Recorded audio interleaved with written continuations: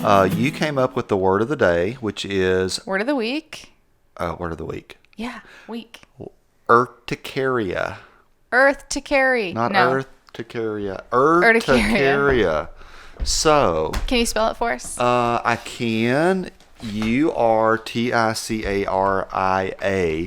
I did bring up Dorland's Illustrated Medical Dictionary for this podcast, and I think I will have it here for future podcasts because I wanted the official definition of the word. We always talk about medical terminology is Latin. related back to Latin, and I don't think I knew this. Do you know what urtica means? Which is the root, urtica. To rise? Stinging nettle.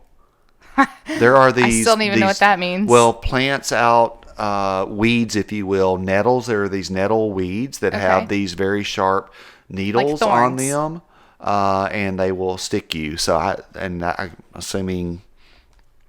Well, I don't know. I was going to say that's why they're called nettles, but no.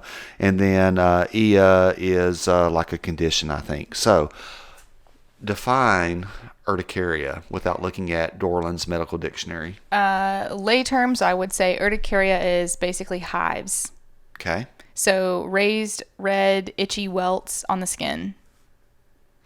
I think that's a great explanation. Hives or wheals.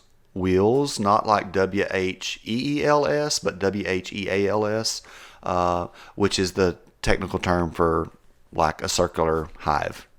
Rash, if you will. So typically they're slightly raised, they're smooth. They can either be red or they can be paler than normal. Do you know what causes urticarial type lesions? So in my opinion, I just made that up, I think. Oh, no, I didn't. Urticarial? Urticarial means pertaining to, characterized by, or of the nature of urticaria. Wow. Cool. So you asked me or if I knew what caused it. So in my opinion, and this is truly my opinion, but it is mostly related to like an allergy. So be it topical or systemic allergen. So definitely, you hit the nail on the head with the allergy comment. That's definitely what's going on with urticarial reactions.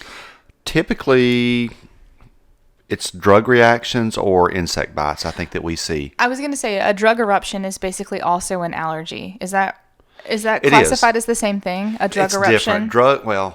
My opinion, drug eruption is when you have these open sores, and that is due to like an allergic reaction to a specific drug you're given. But it can happen the same.